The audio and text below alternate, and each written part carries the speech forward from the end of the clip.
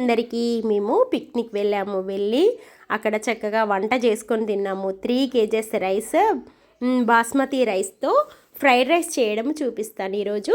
పెద్ద గిన్నె పెట్టుకొని, పెద్ద స్టవ్ కూడా పెట్టుకోవాలి. స్టవ్ పైన పెద్ద గిన్నె పెట్టుకొని దానిలో నెయ్యి ఆయిల్ వేసుకొని చక్కగా నెయ్యి వేడైన తర్వాత మసాలాలు వేసుకోవాలి. దాల్చిన చెక్క, లవంగాలు, యాలకులు, బిర్యానీ ఆకు, సాజీరా అన్నీ వేసుకొని అవి చిటపటలాడిన తర్వాత అందులోకి మెంతి, పుదీనా, పచ్చిమిర్చి, ఆనియన్ అన్నీ వేసుకొని చక్కగా హై ఫ్లేమ్లో వేగనివ్వాలి. వేగిన తర్వాత దానికి సరిపడంత ఈ 3 kgs రైస్కి సరిపడంత అల్లం కూడా వేసుకొని అల్లం కూడా పచ్చి వాసన పోయేంత వరకు వేయించుకోవాలి. ఇప్పుడు దీనికి రుచికి సరిపడా దాదాపుగా 2 పిడికిళ్ళ ఉప్పు పడుతుంది 3 kgsకి వేసేయాలి. మా శోభక్క వంట చేస్తే చాలా చాలా టేస్టీగా చేస్తారండి. మా శోభక్కనే చేసింది వంటలు.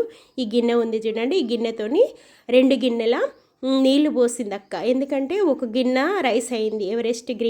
ఎవరెస్ట్ బిర్యానీ మసాలా కూడా వేసింది. వేసి తర్వాత ఎసరు మరిగిన తర్వాత ముందుగా కడిగి పెట్టుకున్న బాస్మతి రైస్ 3 kgs అందులో వేసేసింది. చక్కగా కలిపేసి మూత పెట్టింది. ఒక 10 నిమిషాల తర్వాత చక్కగా వాటర్ అంతా పీల్చుకొని అన్నం చూడండి చక్కగా అయిపోయింది. ఇందులో కాస్త కొత్తిమీర కూడా వేసి, కొత్తిమీర పుదీనా వేసి మళ్ళీ ఒకసారి కలిపి మూత పెట్టేసింది. అంతే, వేడి వేడి ఫ్రైడ్ రైస్ రెడీ. ఇందులో మేము చికెన్ కూడా చేసుకున్నాము.